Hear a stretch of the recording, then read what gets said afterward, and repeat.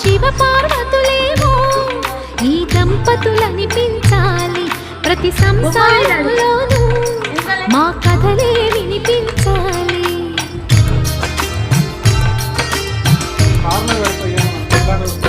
ఆ సిరిని శ్రీహరిని మా జతలో చూపించాలి, శ్రీకాంతుల కొలువంటే మా కాపురం అనిపించాలి. మా ముంగిలిలో పున్నమి పూల వెన్నెల విరియాలి, మా చక్కని జంట చుక్కల తోట పరిపాలించాలి.